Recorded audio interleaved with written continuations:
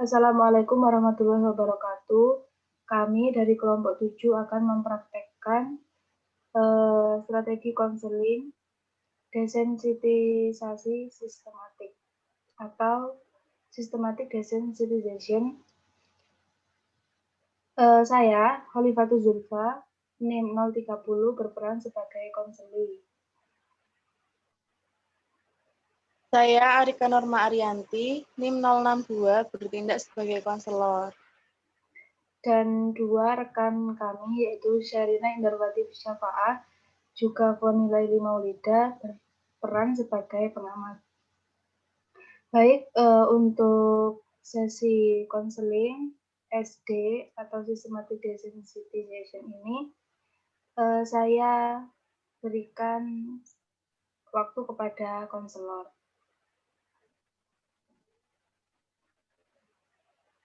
Terima kasih, Mbak Khalifa. Baik, sini saya akan memulai sesi konseling. Assalamualaikum, selamat malam, Mbak. Selamat malam, Bu. Bagaimana kabarnya, Mbak Khalifa? Baik, Bu. Alhamdulillah. Ibu sendiri bagaimana? Alhamdulillah, baik juga. Oh iya, ini pertemuan kita yang keberapa ya? Yang ketiga kalau nggak salah, atau nggak kedua ya? Terkait kemarin kan kita sudah membicarakan tentang permasalahan Mbak Khalifa mengenai fobia yang dihadapi oleh Mbak Khalifa, yakni fobia terhadap semut. Sedikit kilas balik ya, boleh Mbak Khalifa ceritakan kembali sedikit tentang fobia yang Mbak Khalifa alami? Iya, Bu. Jadi, fobia yang saya alami itu, saya ini fobia sama semut. Jadi saya itu pernah digigit sama semut dan itu tuh membuat membuat saya tuh merasa awalnya sih eh, tidak terlalu sakit, tapi lama-lama mungkin efek efek dari gigitannya itu yang membuat sakit gitu, Bu. Jadi sakitnya lumayan luar biasa lah, sampai membuat kulit saya tuh kayak bengkak gitu. Jadi dari situ saya seperti lebih was-was gitu kalau misal ada semut gitu. Saya langsung biasanya sih saya langsung menghindar gitu, Bu. Oh, begitu. Terkait dengan fobia ini, apakah itu sangat mengganggu untuk Mbak Khalifa? Jujur ini sangat sangat mengganggu sekali, Bu. Jadi gimana ya, saya tuh ya Ya, gini, Bu, saya mengganggunya tuh cukup mengganggu ya, soalnya kalau saya mau tidur gitu atau lagi di satu tempat gitu, saya kadang ini ngecek-ngecek dulu ada semut nggak, bersih atau enggak gitu. wah, ganggu sekali kalau itu sih Mbak Khalifa sampai kayak bikin was-was gitu ya. Iya, Itu Bu. juga udah termasuk ke ini sih menyebabkan kecemasan juga kalau Mbak Khalifa lagi lihat semut gitu. Kalau memang ingin dihilangkan atau setidaknya ingin dikurangi, kita bisa melakukan konseling dengan teknik sistematik desensitisasi. Jadi nanti di teknik ini itu saya akan mengajak Mbak Khalifa buat melakukan relaksasi. Yang pertama, yang kedua yaitu nanti kita mengukur tingkat kecemasannya yang Mbak Khalifa alami. Setelah itu kita terapkan relaksasi itu tadi ke kondisi yang bikin Mbak Khalifa cemas. Apakah Mbak Khalifa setuju? Untuk itu setuju, Bu, saya setuju. Lalu apa yang ini ya, Bu, yang harus saya lakukan gitu?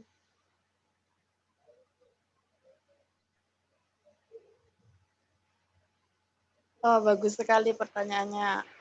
Sebelum saya lanjutkan ke menjelaskan lebih jauh tentang sistematik desensitisasi ini, ada baiknya kita buat kontrak dulu buat konselingnya. Saya jadwalkan untuk sesi konseling kali ini 45 menit. Apakah Mbak Khalifa berkenan? Iya Bu, saya berkenan.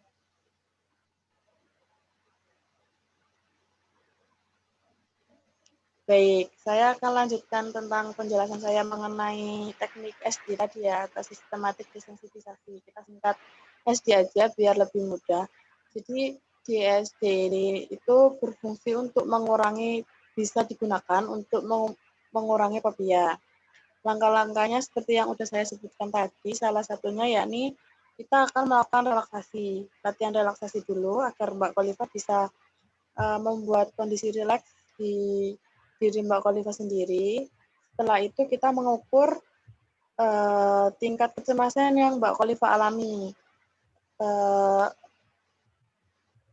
Seperti contohnya saat Mbak Khalifa menghadapi atau melihat semut. Nah, itu berapa kecemasan yang Mbak Khalifa alami.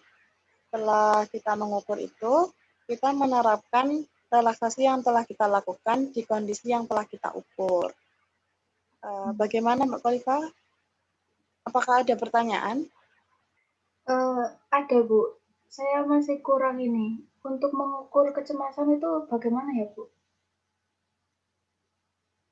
Untuk mengukur kecemasan sendiri, nanti kita bukan kita ya, dari Mbak Khalifa sendiri yang akan mengukur tingkat kecemasan di suatu kondisi yang bisa menghadirkan kecemasan di Mbak Khalifa. Nanti kondisi-kondisi itu saya yang arahkan.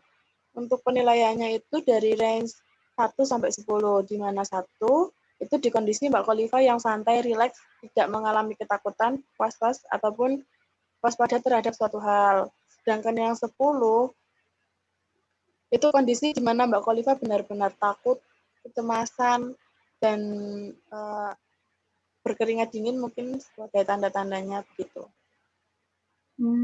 Berarti semakin tinggi angkanya itu semakin ini ya Bu, semakin berat begitu ya?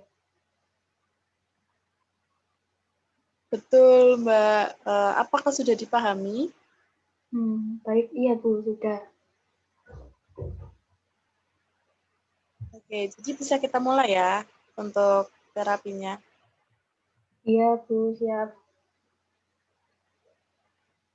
Oke, kita memasuki langkah awal, yakni relaksasi. Relaksasi ini yang kita pakai itu relaksasi pernafasan, di mana kita melatih pernafasan kita untuk membuat kita lebih rileks gitu. Sekarang saya ingin Mbak Khalifa menarik nafas dalam-dalam, lalu secara perlahan-lahan, lalu menghembuskannya secara perlahan-lahan juga 3 kali. Bisa dimulai, Mbak. Bisa Bu.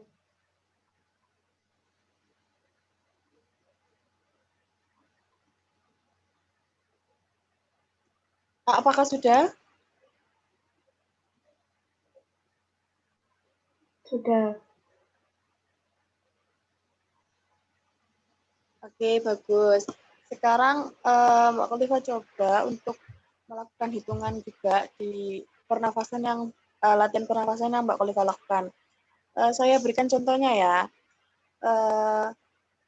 Yang pertama yakni tarik nafas dengan hitungan 1 sampai 6. Jadi kita menarik udara sembari menghitung 1 sampai 6. Lalu setelah sampai di hitungan ke-6, kita menahan nafas selama hitungan 1 sampai 6 juga. Lalu setelah ditahan sampai hitungan ke-6, Mbak Khalifa hembuskan udara tersebut dari hitungan 1 sampai 6. Begitu.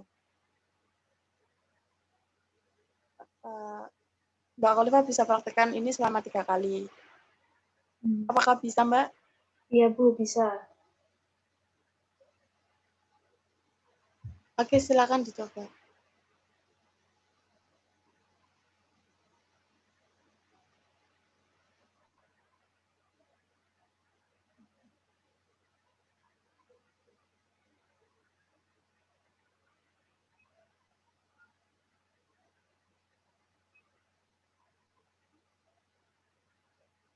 Udah, Bu. Oke. Usahakan melakukan teknik pernafasan ini dipersiapkan tubuhnya untuk rileks santai ya dan tidak diantekan. Jadi fokus di pernafasan juga. Di mana Iya, Bu. pikiran juga dibuat kosong tidak uh, setelah yang praktek yang dilakukan tadi, apa yang Mbak Kolita rasakan? Saya merasa jadi lebih ini sih, lebih rileks, gitu, lebih nyantai gitu. Lebih tenang juga tentunya. Syukurlah jika begitu, berarti relaksasi yang dilakukan Mbak Kolita berhasil. Untuk selanjutnya, berarti kita Mbak Kolita sudah memahami ya tentang relaksasi di sini dan bisa mempraktekkan juga. Iya, Bu, sudah. Berarti kita bisa memasuki di tahap berikutnya ya. Kita akan ukur tingkat kecemasan yang Mbak Kolita alami. Saya ingin Mbak Kolita membayangkan jika ada seseorang di sekitar Mbak Kolita di dalam satu kondisi di mana ada beberapa orang di sekitar Mbak Kolita. Saya ingin Mbak Kolita membayangkan jika ada salah satu orang di sekitar Mbak Kolita berbicara bahwa dia melihat semut. Berapa perasaan was-was yang Mbak Kolita rasakan di antara 1 sampai 10? Hmm, mungkin 5, Bu.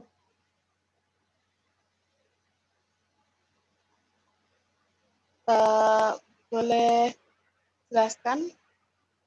5 karena mungkin karena mendengar dari seseorang di dekat saya berbicara tentang semut, mungkin Oke. saya akan Lalu lebih waspada. Oke. Lalu jika Mbak Kolita ada di sebuah kondisi di mana di sekitar Mbak Kolita itu ada pohon. Nah, di salah satu pohon di sekitar Mbak Kolita yang berjarak 10 meter dari Mbak Kolita melihat di situ ada semut. Kira-kira berapa tingkat kecemasan yang Mbak Kolita rasakan? 10 meter. Di tingkat 4, Bu. Karena karena itu masih masih cukup jauh begitu dan saya juga pasti akan menghindari pohon itu.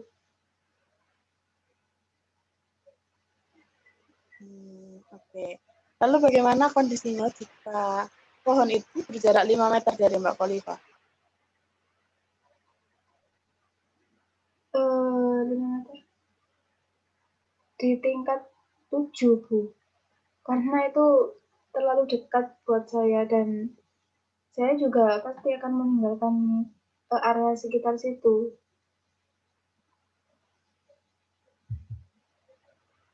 Baik, lalu di kondisi yang lain, jika Mbak Kolita melihat ada semut yang berjalan di sekitar kaki Mbak Kolita, berapa kira-kira tingkat kecemasan yang Mbak Kolita miliki? 8 karena itu sudah sangat dekat sekali, Bu. Jadi saya takut gitu. Nah, berarti udah itu ya, merasakan kecemasan-kecemasan gitu. Iya.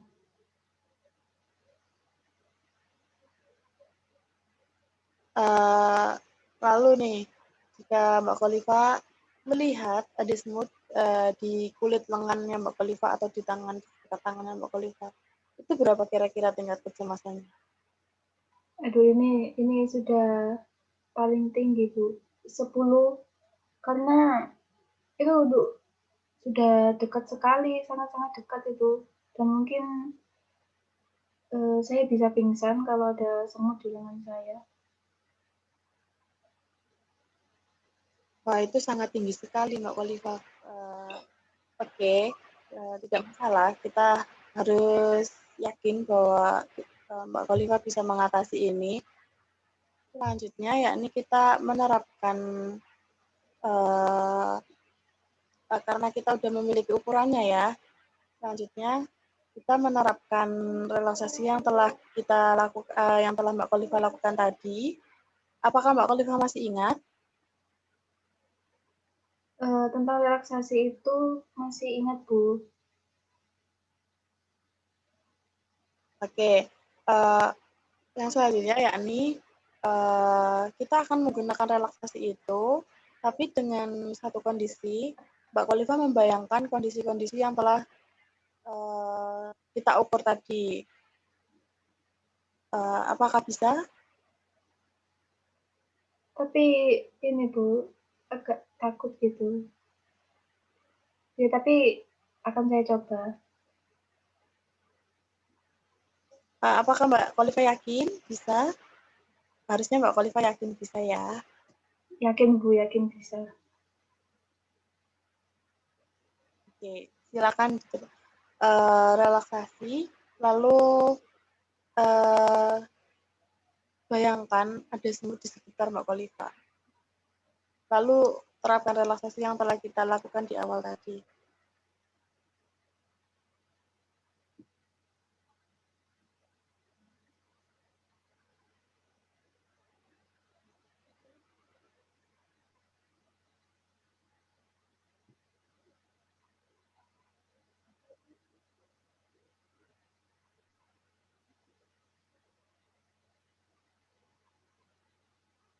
Sudah, Bu. Wah, bagus sekali Mbak Khalifa. Mbak Khalifa bisa melakukannya. Mbak Khalifa bisa melewati rasa takutnya ya. Karena membayangkan semut itu pasti sangat berat juga. Saya yakin itu sangat berat juga buat Mbak Khalifa. Tapi saya sangat mengapresiasi Mbak Khalifa bisa melakukannya. Iya, terima kasih, Bu. Setelah yang Mbak Khalifa lakukan tadi, ya sekarang coba Mbak Khalifa ukur lagi tingkat kecemasan yang Mbak Khalifa miliki selama membayangkan semut lalu melakukan relaksasi. Berada kira-kira berada di tingkat 5 mungkin, Bu. Soalnya saya sudah ini sedikit tenang gitu kalau ini meskipun sudah membayangkan tentang semut itu tadi.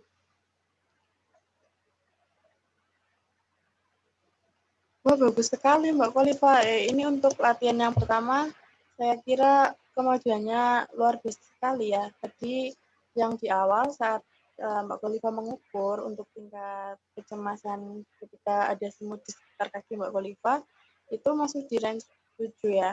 Di mana itu agak berat. Tapi sembari melakukan relaksasi, ternyata itu udah turun menjadi 5. Ini pertanda bagus, berarti Mbak Khalifa harus tetap optimis dan sering-sering melakukan latihan ini. Uh, uh, saya harap juga kedepannya Mbak Khalifa bisa untuk melakukan latihan ini di rumah. Iya, Bu, pasti akan saya lakukan. Karena ini sangat berdampak begitu buat kecemasan saya terhadap semut.